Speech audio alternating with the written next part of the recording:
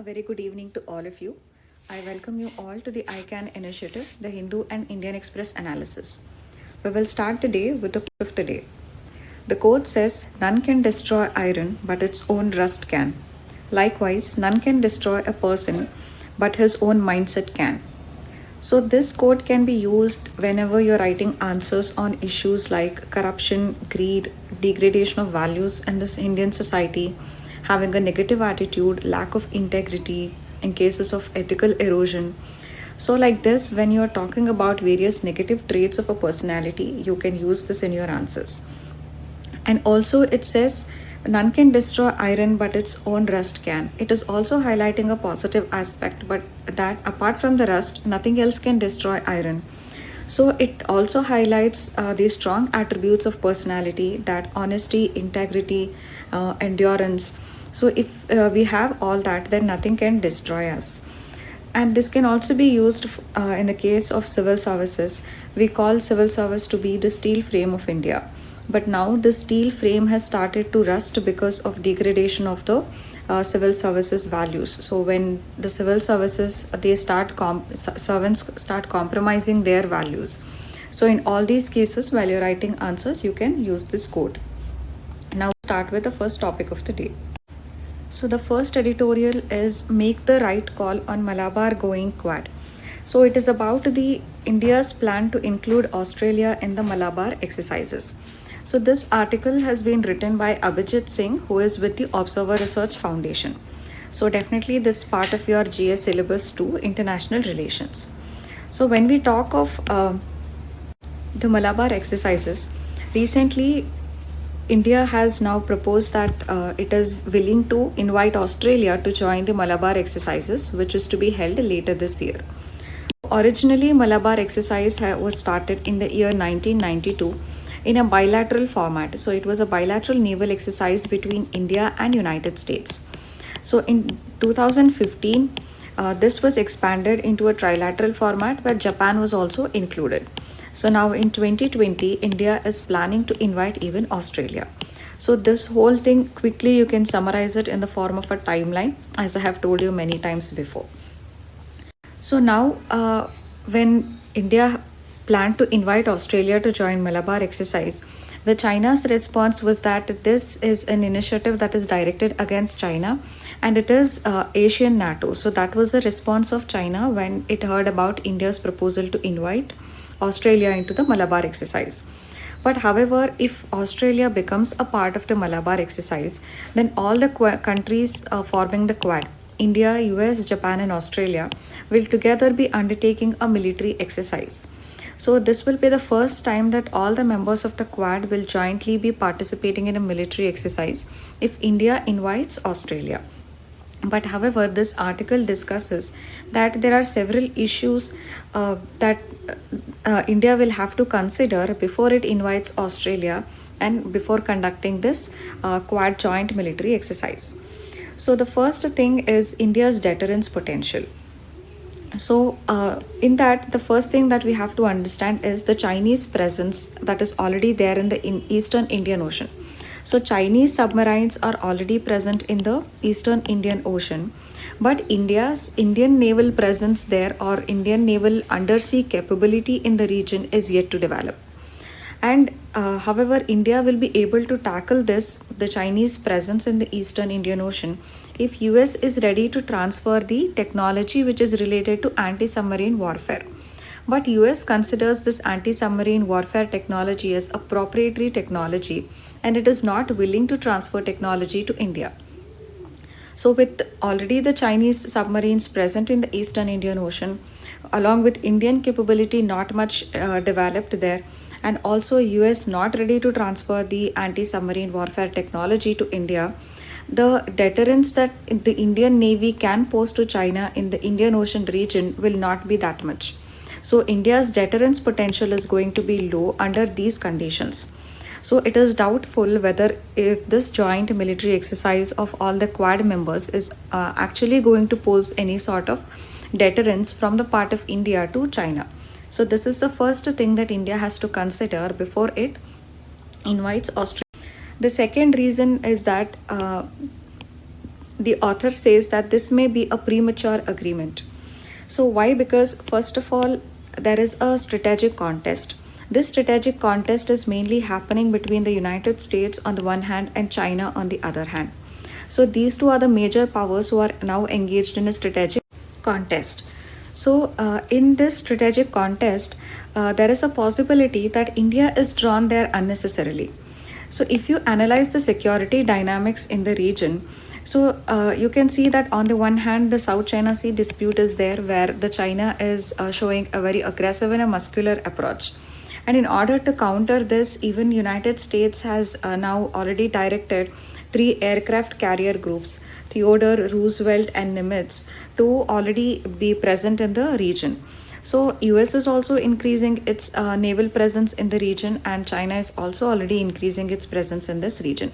So there is a lot of security dynamics now that's playing out in the Eastern Indian Ocean. So India may, however, unnecessarily be drawn into this, and which is not actually needed for India at this point of time, because the main strategic context that is happening is between the supremacy, this contest for supremacy between US and China, into which India may be unnecessarily drawn into. So it's okay if India is engaged in an occasional naval exercise in the Bay of Bengal, but this kind of a joint military exercises with all 4 members of the Quad may be a little too premature for India. Or the US and the Japanese forces, they may be very little interested in sustained surveillance in the Indian Ocean regions and to develop that deterrence operations in the Indian Ocean region. So it is okay if India is participating in occasional exercise, but now as part of the Malabar exercise, India will be cooperating with the US and the Japanese navies. But US and Japanese navies may not be that much interested for sustained surveillance and deterrence operations in the Indian Ocean region, and India may just be unnecessarily drawn into this strategic contest, so which may be very premature for India. This is the second argument why India should think before inviting Australia into the Malabar exercise. The third issue is the timing issue.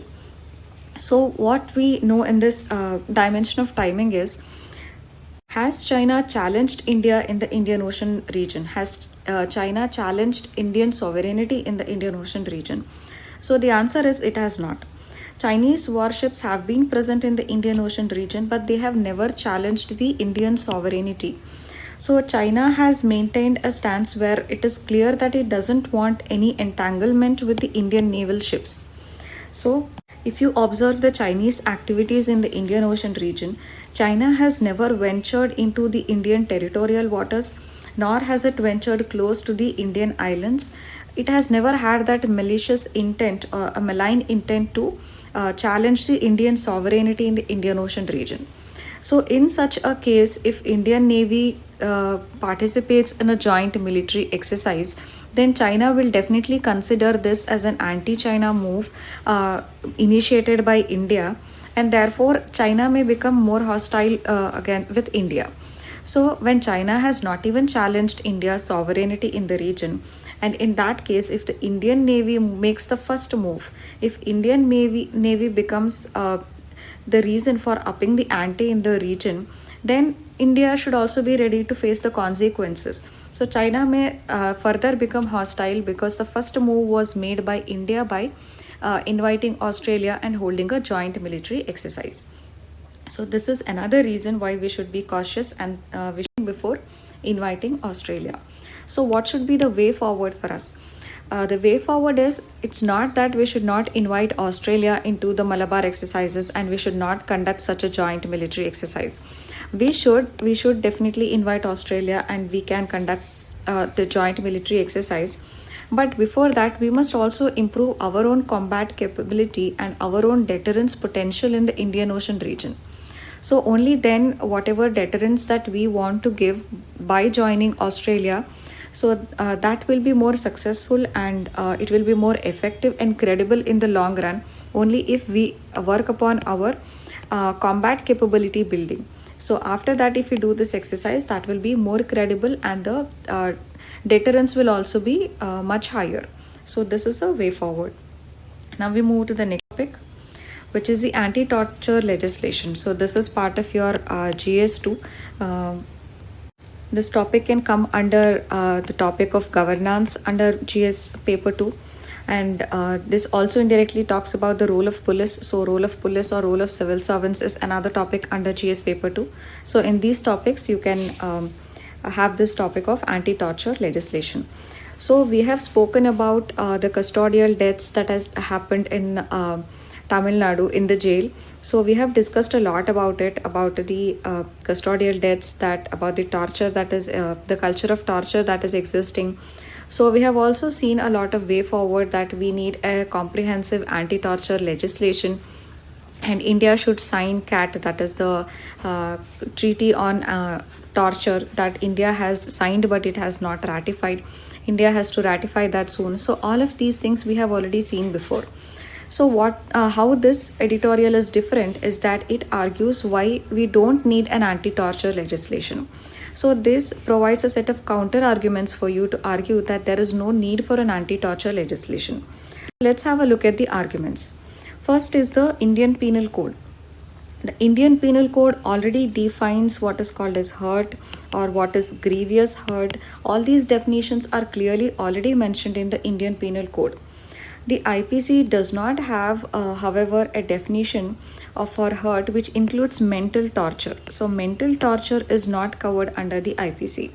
But this lacuna is made up by the courts, who have given a lot of guidelines previously, and they have also included psychic torture and tiring interrogation and coercion and using intimidatory methods. All of these have been brought under the definition of torture by various guidelines and various judgments laid down by the courts.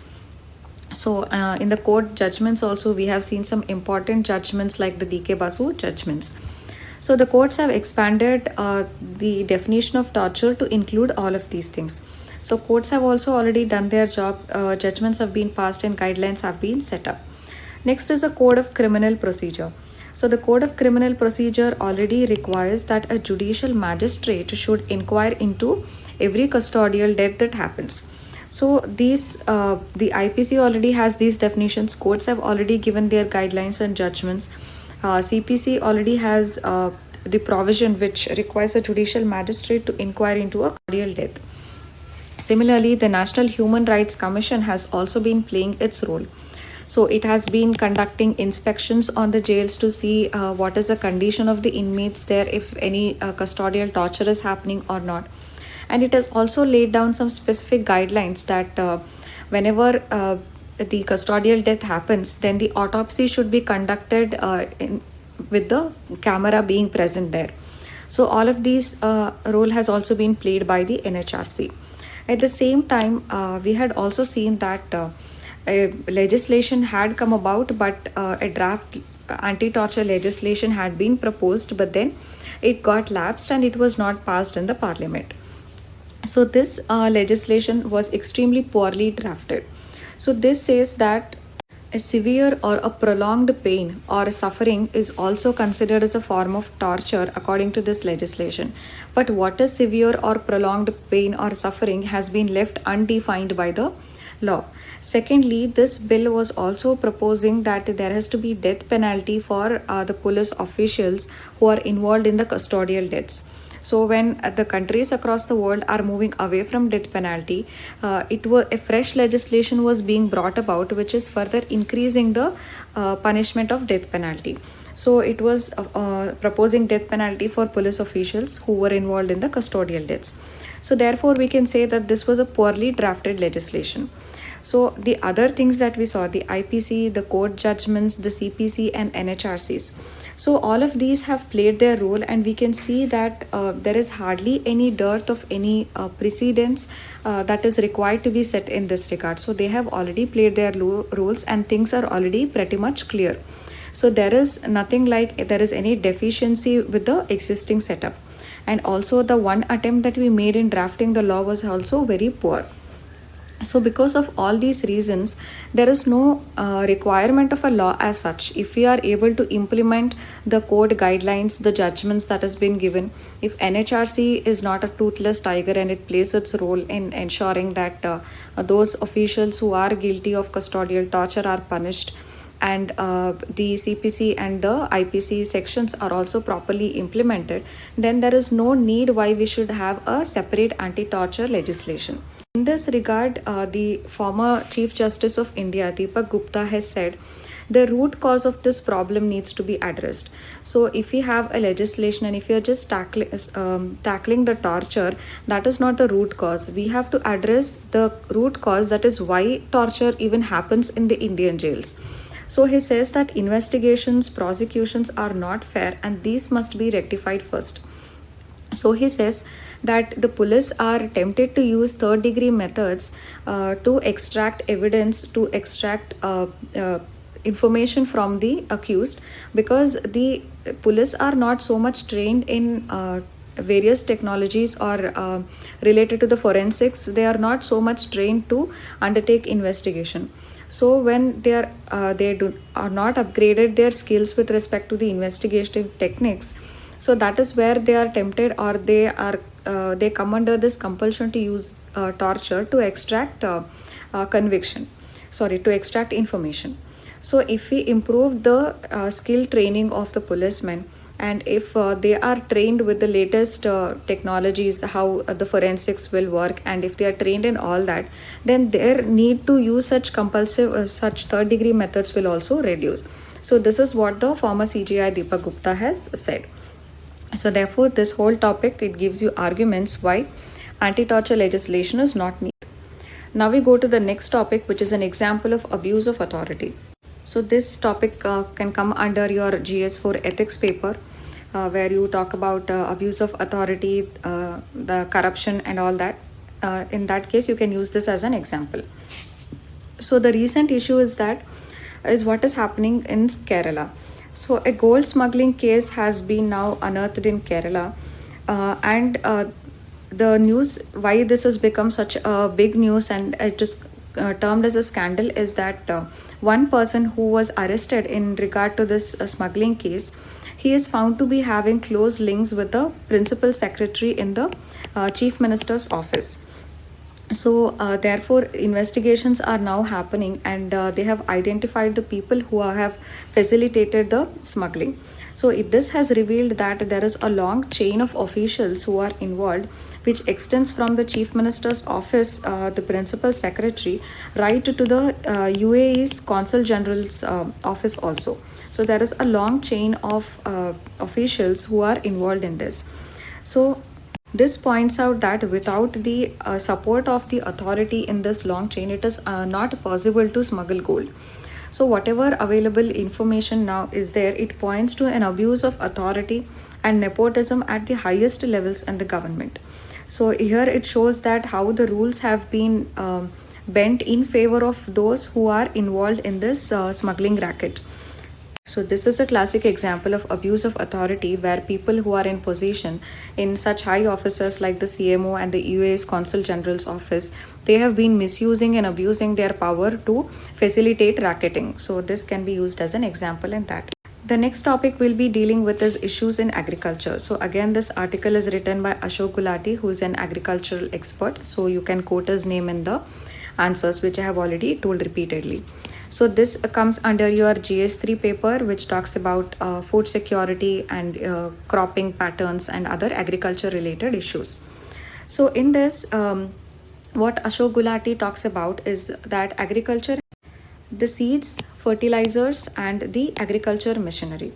So he analyzes each of this and discusses how the policy of the government matters when it comes to agriculture, inputs in the agriculture. So that's what we'll be discussing. So first we will be key inputs, seeds. So seeds, quality seeds are very important for agriculture to be able to produce quality produce. During Green Revolution, we had to import nearly 18,000 tons of high-yielding varieties of seeds. So today, however, we are Atmanirbhar or self-reliant in the staple crops.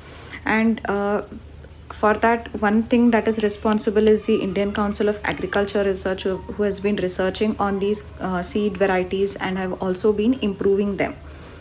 So even during our lockdown period, we have been able to export these hybrid rice seeds to several countries, including Bangladesh. We have exported even during the period of lockdown. And India can emerge as the seed producer, and it can also emerge as the largest seed exporter to many developing countries in the world, including Africa. So for that, we have to focus on the quality seeds. So but till 2002, when India did not allow the BT seeds, uh, we were actually not growing cotton too much. But then after government allowed the growth of BT cotton in 2002, India became the largest producer of cotton in the world and also the second largest exporter of cotton in the world by 2013-14. But if you see now, several of these seed companies have some or the other legal battles with the government over some or the other fee related issue or some other regulatory issue. So, therefore, it's important to ensure that the regulatory system is very smooth and there is no regulatory cholesterol. India has so much of a potential to be able to produce and to export to these developing countries like Asia and Africa also. But then the government policy has been such that the regulatory system has become very complex. So, for example, now if you talk about the HT cotton, so HT cotton was not, it became very difficult for HT cotton to pass through the regulatory system. So now many farmers are already growing illegally this HT cotton in Maharashtra in at least 15 to 20% of the area under the cotton crop. So this has already happened. So therefore the government policy has to be more responsive and the regulatory system the complexity will have to be reduced. So only then we can become the seed capital of the world. So this is one thing that we need to do. So as far as seeds, which is an agricultural input, is concerned, during Green Revolution, we have imported the high yielding varieties, and later on research by ICAR was there. So we have the potential to be the seed capital of the world, but the government policy has been such that the regulatory system had become very complex, and we need to ease out the regulatory system so that various companies can develop these high yielding and different varieties of seeds so that we can become the seed capital. Next, look at the fertilizers. So India is first of all a net importer of the fertilizer nutrients NPK, and this has been there for almost 2 decades now. So even in 2019-20, India has imported about 6.7 billion tons of $1 billion worth NPK fertilizers has been imported by India. But the issue has been with respect to the cost of production. So in 70% of in the urea manufacturing plants, it requires the gas which is required to be imported. So in 70% of the gas that is used in these urea manufacturing plants, that is imported at a price which is higher than the domestic gas price. So therefore the cost of production is also increasing. The urea that we are producing is at around $400 per ton, but the international price for urea is nearly $250 to $300 per ton. So therefore the cost of production itself in India is itself too much. This is because we have maintained even today the monopoly of the public sector enterprises in when it comes to fertilizers. So the article argues that we need to liberalize this sector, we need to allow for more private sector participation so that there is more competitiveness among the private sector and the cost of production can come down. So they will also bring in more efficiency and the cost of production will also further reduce. But now the role of PSUs has been that the public sector enterprises have now turned out to be white elephants and the cost of production has increased a lot. So in this case, the editorial also offers a solution that for as far as fertilizers is concerned, rather than the subsidies being given to the manufacturers, the fertilizer subsidy should be given directly to the farmers. So whatever fertilizer subsidy is there, that amount can be directly deposited into the farmer's bank account, and this amount can also be calculated on how much land the farmer has. So per hectare basis, the amount of fertilizer required for the farmer can be computed, and thereby how much subsidy amount needs to be deposited in his account can also be easily computed. So this will allow even the private sector plants to then compete and also expand the capacity, and this healthy competition is going to reduce the cost of production also. So these private sector players should also be allowed to operate at home and also in countries in the Persian Gulf where the cost of gas is also very less. So for this, the privatization and that liberalization is required to be done in this sector of fertilizers. So this is about the second input agriculture. The third is the farm machinery. So farm machinery is the only sector regarding the input in agriculture that has been very successfully harnessed by India.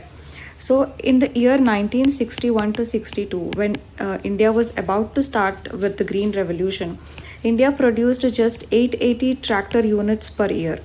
But now in 2018-19, India has produced nearly 9 lakh units of tractors. So this shows that how India has emerged as the largest tractor manufacturer in the world. So India has also exported tractors even to the developing countries in Africa and even the ASEAN countries. So the reason why we were able to be self-sufficient in the manufacturing of tractor and also we are able to export this is that because of the delicensing that happened in the year 1991 as part of the LPG reforms.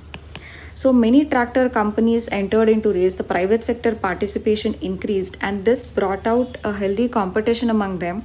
So it led to reduction in the price or the cost of production of tractors also. So for example, Mahindra and Mahindra. So this is a company that now has almost 40% share in the tractors market in India. So several private companies have participated, several entrepreneurs and even startups are coming up. So now there is also another growing tendency of Uberization of tractor services, because many of the farmers are small landholders and they cannot own the tractors as such. But if they are Uberized, so Uberization of tractor services will help the farmers to get the services of the tractors at low cost without actually owning a tractor. So this is going to help those small landholders also. So such various service models are also now coming up in farm machinery. So the reason for this success in farm machinery is that the private sector has been the strength, and government had delicensed it in the year 1991. So the chain of controls and the regulations that were applicable in the private sector had been reduced. So this has helped us to become Atmanirbhar and self-reliant in the farm machinery sector. And therefore the article argues that this is what we must precisely do even with the other two important inputs to agriculture, that is fertilizer and seeds. So basically the article analyzes the three crucial inputs for agriculture and the issues associated with them and what needs to be done, that is encourage more private sector participation by taking the successful example of farm machinery or the tractor manufacturing. Now we'll go to the topic, which is wildlife protection issue. So this is about the floods that are happening in Assam and how it has submerged nearly 90% of the Kaziranga Park. And you must have also seen a photograph that is getting circulated in the last 2 days where a rhino, one-horned rhino has drifted from the Kaziranga Park, and in between the park there is the highway where the rhino is seen resting for more than 24 hours. So it had been trying to escape from the floods, and it got exhausted and it was resting on the highway for more than 24 hours. So this has brought up several issues related to wildlife protection, and that's precisely what we'll be discussing. So the main theme of the article is, it says that one of the important initiatives that India must take to for wildlife protection is that we must shift from a protected area centric approach. We have to shift from this protected area centric approach to what is called as a landscape based conservation. So a landscape scale conservation approach is what is required, and we have to shift from the protected area approach, which is centered on the presence of some national parks and wildlife sanctuaries, and only these areas are getting protected. But however, if you analyze the behavior of the animals, it shows that the animals cannot just remain in these national parks and wildlife sanctuaries, but they have these movements which range even beyond these protected areas. So and floods are an annual affair in Assam. So a lot of portion of Kaziranga National Park was coming under floods every year. So what the government has done is it has created some artificial highlands in the park, and where these rhinos or other animals in the park can go and take refuge during floods, so that they are not drowned. So Assam in 2017-18, the Assam government built nearly 33 artificial highlands inside the park, where the animals can go during the flood. So already in the 1990s, there was more than 100 such highlands that have already been built. But however, animals do not. It is seen that some of the animals do not go to these highlands to take refuge when the floods come, because from the Kaziranga National Park, whenever floods happen every year, these animals are habituated to migrating to the natural highlands of Karbi Anglong. So they are habituated to migrating there, and suddenly, if some other highlands are being created, artificial ones within the Kaziranga, it is not inspiring that confidence among the animals in Kaziranga, and they don't find these highlands very secure. So, because they have been naturally moving to these Karbi Anglong highlands for many years now, so this is a natural movement that is exhibited by the animals. Just by creating some artificial highlands within the park, animals are not having that confidence. They don't find it very secure to go to these islands. So therefore, this through this example, this article is explaining how it is important that we need to shift from this protected area approach, which is just centered on the protection of the national park and wildlife sanctuaries. From there, we have to go to the landscape based approach. So from the national parks and wildlife sanctuaries, animals are seen migrating to the neighboring areas, and these corridors of migration must also be protected. So the highlands of the Karbi Anglong, where animals are taking refuge during floods, so that is how they save their lives during the floods. So this must also be protected. This whole path from Kaziranga to the Karbi Anglong, along with Karbi Anglong, needs to be protected if the animals are to be protected from floods. So therefore, through this example, it argues that we have to shift from a protected area based approach to a landscape scale conservation approach. So these were the other articles, other editorials which were not important. So this was on the Singapore's elections that happened, and another was on again extrajudicial killing of Vikas Dubey, which we have already seen, and then again another on the Congress party, which is again not relevant from the exam point. So these were the other articles which were not relevant. Now we will be discussing yesterday's question.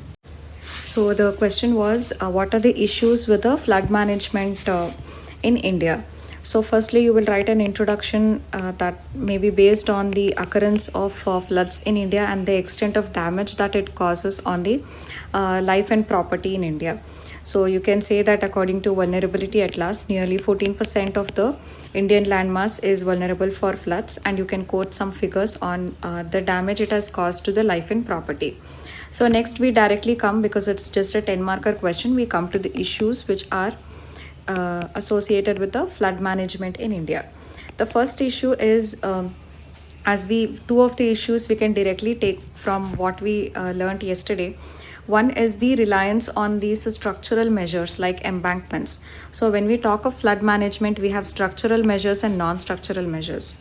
So among the structural measures is the making of these embankments to keep the river in its within these embankments. So we saw how these embankments have become brittle, and they are also getting breached because of the changing course of the river and better understanding of the hydrology of these rivers in the case of Assam floods. So this example you can give, and you can say that there has been an over-reliance on these structural measures like embankments, which have been failing.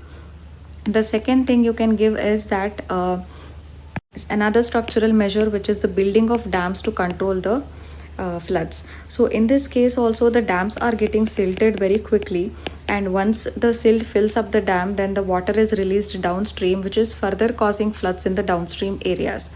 So you can say how the reliance again on dam and not desilting these dam frequently has also led to floods rather than the dams managing the floods. So the failures of dams and embankments can be the reasons you can cite. And then you can also talk about the other reasons, like there are illegal constructions that are happening on the river beds, like stone quarrying is there, And also in the banks, deforestation is happening. So deforestation is another issue which is causing the such floods. So for example, in the case of Idukki and Wayanad forests in Kerala, so in the case of Idukki, 30% decrease in the forest cover, and in the case of Wayanad there is a 11% decrease in the forest cover. So this has happened between the 2011 to 2017. So in fact, when Kerala floods happened 2 years before, it was cited that this deforestation in the Idukki and Wayanad forests is also one of the reasons for such flash floods that happened in these districts.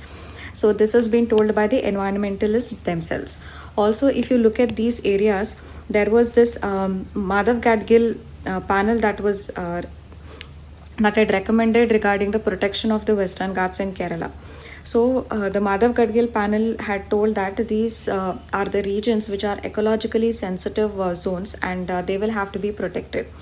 So it is precisely these areas that was affected by the flash floods that come under these ecologically sensitive areas.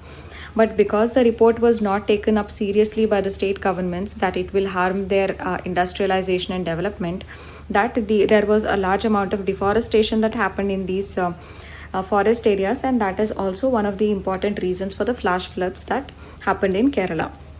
So you can quote deforestation in this data as one of the reasons for bad management of floods in India. Next is the local bodies and their capabilities. So whenever any disaster happens, be it floods or anything, it is these Panchayati Raj institutions and the urban local bodies which are the first responders. They are also responsible for carrying out the relief and rehabilitation.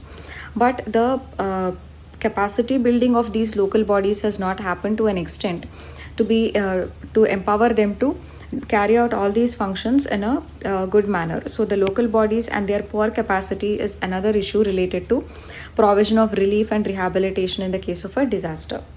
And the next reason you can talk about is the regulations which are not really followed. So there is this floodplain zoning that is the rules are there, regulations are there, which is not followed properly. So the buildings and constructions happen in these areas where the flood is very recurrent. So the floodplain zoning is done, but then it is not strictly implemented. So that reason you can say. And then next is a poor flood forecasting. Flood forecasting itself is not very accurate and very credible. So that is another issue with respect to the flood management in India. And next is also the financial assistance. The financial assistance that the center gives to the states for disaster relief and rehabilitation has also been found wanting, and the resource allocation that is done for the disaster relief and rehab is not how much the states will require to do it. So there was this audit report by the CAG that was given in the year 2017.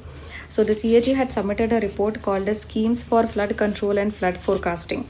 So this also had highlighted all the similar issues with respect to the flood management in India. So first it spoke about the delays that are involved in completing the projects which are undertaken for flood management. So that is there. Second is there is a shortfall in the central government's assistance for these projects also. And then it talks about the failure of the large dams in India to be able to manage the floods. Then it also talks about that the Rashtriya Bard Ayog had made a recommendation that the flood prone areas will have to be scientifically assessed, and we must also enact a floodplain zoning act. So even this has not materialized. Then the CAG report also talks of the poor flood forecasting system, so which is poor in the country, and many of the existing flood forecasting stations are not even operational. Then again it talks about the poor flood risk mapping that is there. Even the Vulnerability Atlas of India has stopped the flood zonation. So this is one thing. And then after the occurrence of the flood, the damage assessments is also not done adequately. So until the damage assessment is done, the amount of relief and rehab needed can also be not assessed properly. So this is going to affect the entire post-disaster operations. So the flood damage assessments are not done properly. So by all this, you have easily covered nearly 10 issues in the flood management in India. So if you're writing 10 issues for 10 marker in the flood management, then that is more than sufficient. And you can also talk definitely about the climate change that's happening. There is more incidence of cyclonic circulations, cloud bursts, which have led to flash floods, and we are not really prepared. We don't have a strategy to deal with such kinds of things. And another important issue in flood management is that we have many transboundary rivers. So we need to cooperate with neighboring countries like China and Bangladesh, which we have not been able to do successfully to manage these floods in a better manner. Then you can write the way forward that we need to have flood hotspot mapping.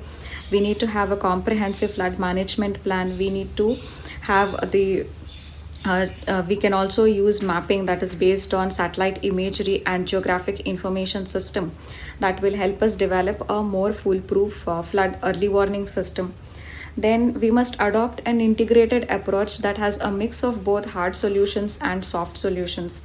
And so hard solutions is all the structural ones, and soft solutions is like afforestation and all that. So then you can also talk about the Sendai framework for disaster risk reduction. So that also needs to be taken into consideration. So with all of these things, you can conclude your answer. And today, again, if you go through the topics list, you find that we have not discussed any new topic. On all the topics that we have discussed today, like agriculture or in Indo-Pacific, etc., we have already handled questions. So from today, because the time for prelims is also less, only in those days where we are discussing some new topic on which we have not already taken up a question, only then questions will be given to be for answers to be written. Otherwise, we won't be taking up questions. We can do that once the prelims exam is over. Otherwise, if we are discussing any new issue, then we'll be taking up those questions. But as and when I feel anything important is to be discussed with you all from preparation point of view, I'll keep doing that. So till then, keep sizing. That's it for today. And yeah, so this was some data that 75 lakh hectares of land on an average is affected because of floods, and it has led to 1805 crore loss due to damage to crops, houses, and public utilities. So this is the data that you can use in the answer, and you can definitely draw a map and show the flood prone region. So that's it for today. Thank you.